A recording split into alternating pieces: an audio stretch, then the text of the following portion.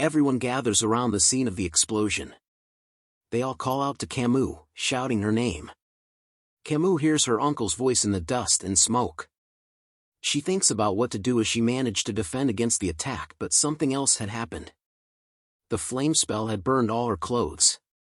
She knows that everyone can't see her because of the smoke, but once it clears up, she'll be the laughing stock of everyone. She calls out in her mind for someone to help her, and soon a jacket lands on top of her head. Camus was surprised to see Vikir as he tells her to put on his jacket. Covering herself with the jacket, she asks him why he wants to help her. Vikir says he just wants to. She thinks to herself why this idiot would help, but notices something.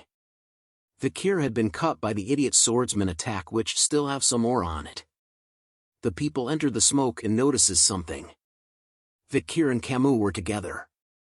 Adolphe was relieved that Camus was fine while Hugo remains silent. The crowd realizes that Camus was on the floor, while Vikir was bleeding. And that he was extremely fit based on the muscles on his body, which shows the amount of training he had done. Adolphe hugs Camus as she remains silent as she stares at him. Back at the mansion, Hugo asks Vikir how the battle was against the Lady of the Morgue clan. He tells him that he had understood the reason behind the event once again, while Hugo tells him that a battle between a mage and swordsman are different. He further asks why he didn't go for a clear blow, but Vikir tells him that he had no idea on how to deal with a lady. Hugo tells him that he had let his guard down and that the wound on his arm was a lesson. Vikir was shocked to hear that Hugo was worried about him. He remembered from his past that Hugo was so cold, so strict, and so brutal because he had lost his first wife and eldest daughter. But he thinks it's not his problem as Hugo asks him what they should do with the ruby mines. He tells him that they should give it away. Hugo asks why. Vikir explains that the main purpose of the Baskerville clan was to grow its territories and that the monsters and barbarians near the ruby mines are a problem, and that they should utilize the Morgue clan well to deal with those problems, which helps to minimize their losses with the expansion into that region. Hugo tells him that he was right. Vikir further explains that once the Morgue clan claims the ruby mines, all they need was to push the monsters and barbarians into that region, allowing for them to take care of all the problems at once. Hugo likes the idea that the rubies will be bathed in the blood of their enemies and that the Morgue clan will think twice before entering their area. He rubs Vikir's head, telling him that his idea was 90% aligned with his, as Vikir thought to himself that the idea was originally Hugo's idea from the past. Vikir tells him that they needed to keep an eye on the Morgue's movement. Hugo tells him he had increased the number of hounds scouting the area. As they walk further, they encounter Adolphe and Camus waiting for them. Adolphe asks if they could talk once again before they return. As Camus blushes while hiding behind Adolphe. Back at the room, Hugo asks what they wanted to talk about. Adolphe tells him he needs to mention one thing. He wanted to discuss other ways to resolve the issues of the ruby mines other than paying for it. Adolphe suggests an engagement. An engagement between the Morgue and Baskerville clan. Hugo asks which child did he have in mind. Adolphe proposes the eldest son of the Baskerville and the eldest daughter of the Morgue clan, Camus. He praises her, saying she was the best. Hugo tells him that the eldest son was 25 and about the age gap.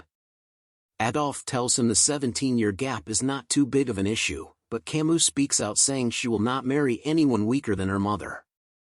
Adolphe tells her that she might remain single all her life due to her condition, but she remains absolute about it. Hugo tells her that this wasn't a buffet of her choosing. She tells him firmly that she has no intention of playing around either and looks in a certain direction. Both Hugo and Adolphe look in the same direction. It was Vikir. Adolphe couldn't believe what he was seeing. He whispers to Camus, telling her not to think about Vikir as he was just a small fish in a big pond and only had the Van surname. Hugo hears it and is slightly pissed off. He speaks out, saying that an engagement should involve the people's thinking, asking Vikir what he thought. Vikir and Camus simply stared at each other in silence. He opens his mouth slowly and tells them that he accepts. Adolphe is confused and angry at the bastard, Vikir. Camus is happy to hear that the engagement was not rejected. Hugo tells Adolphe that just because Vikir did not have the name Lou, he assures him that he was a talented child. Adolphe stands in front of Vikir, judging him. Vikir recounts his memories of Adolf Morg. He was a six-circle master and one of the strongest in the Morg clan and a great supporter of his niece. Adolf tells Vikir that not just anyone can be the husband of Camus. He grabs Vikir's shoulder, wondering why he wasn't responding and why his body was so sturdy. Vikir tells him that he wasn't listening to what Adolf had said. This surprises Camus and made Hugo chuckle lightly. Adolf laughs and asks Hugo if he could have a deeper conversation with Vikir. Hugo wonders if the mage of the Empire was gonna scold an 8-year-old child. Adolf replies that this was a request as an uncle, while Camus tells him he doesn't have to do this. He gave a bombastic side-eye to Camus, telling her she better stay still and that this was bound to happen to someone else eventually. He then asks Hugo for the chance and Hugo agrees. Back at the training arena, Hugo and Camus are standing at the side while Adolf and Vikir are in the arena. Adolf tells him that they will be testing Vikir and wants to see everything he's capable of. Vikir agrees while thinking if he did show everything, Adolf might faint. Adolf casts a spell telling Vikir he will give him a handicap. A pot was being created from a combination of spells. This amazes Camus as Adolf was casting fire, earth and water magic perfectly. He tells Vikir that they would duel with a pot of water on his head, and that if a single drop falls, it would be his victory. Vikir remains silent, thinking that this chance was a great way to experience the power of Adolf and what he's capable of. He looks at Hugo, knowing what he thought was the same reason why Hugo accepted this. Adolf calls out to Vikir to start the duel, making Vikir rush out.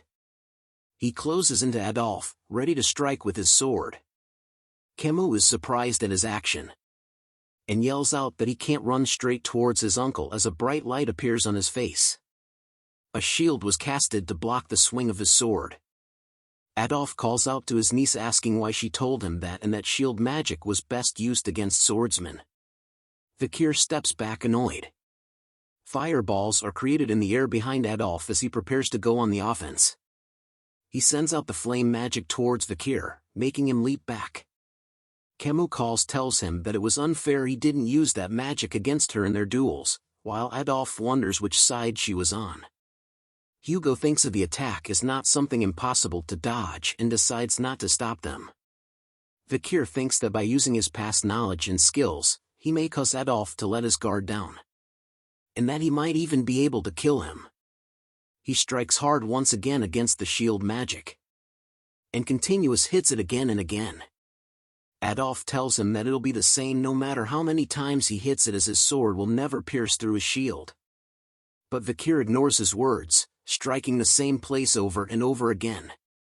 Cracks begins to form, making Adolf realize that Vikir's swordsmanship and machine-like movement was impressive. But his sword was chipping away as well. A final swing causes the sword to shatter into pieces.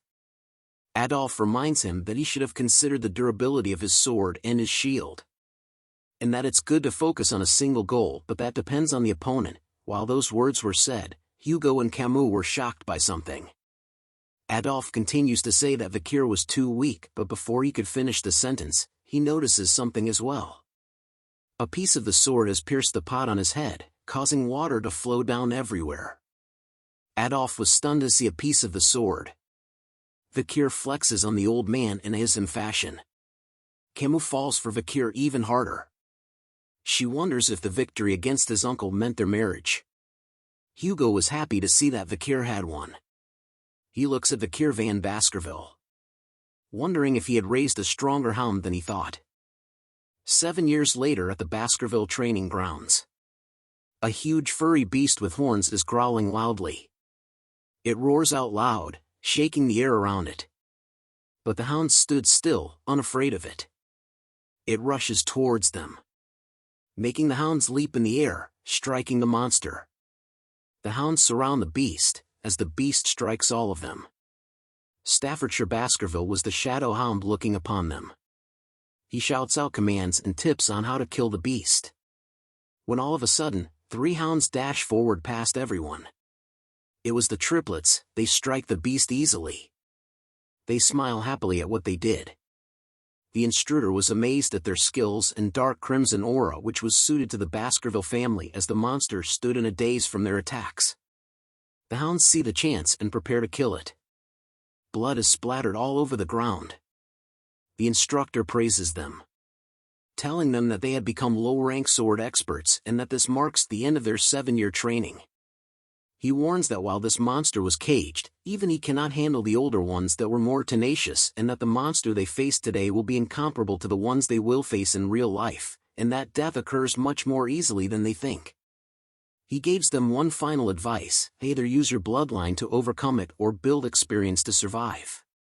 He salutes them, congratulating them on their graduation and wishes them good luck in the future. The graduates discuss amongst themselves on which order of the Baskerville they wanted to join, as the family had 7. Each of the order represented a different job, from watching, searching, guarding, assassinating, suppressing, all-out warfare and others. But they soon wonder about a certain someone and what he would join. It was Vikir van Baskerville.